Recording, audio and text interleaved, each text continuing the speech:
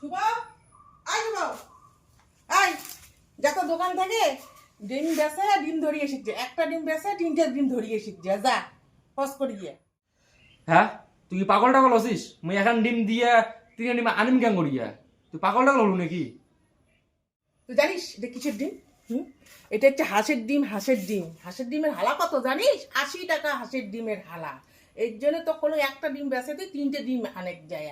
তাহলে একটা ডিম বেচালে 20 টাকা, তাহলে 20 টাকার কয়টা ডিম হবে? পোলট্রির ডিম। তাহলে 3টে ডিম হবে না পোলট্রির? হ্যাঁ, তাহলে তো তুমি এমনি কইস, তুই মোক পাগল কইস, হয় না? কি এখন ডিম দিলে মোক 3 খান ডিম দিবে? তাহলে না মোর হাঁসের ডিম 10 খান বিক্রি করলে 30 খান দিবে। পর বার করে চাকরি বাকরি ডিমের ব্যবসা করিম। হাঁসানি আমার হাঁসানি আর ডিম ফুটে বা ব্যবসা করিম। বার করে চাকরি বাকরি। আজকে ডিম আনি বসি।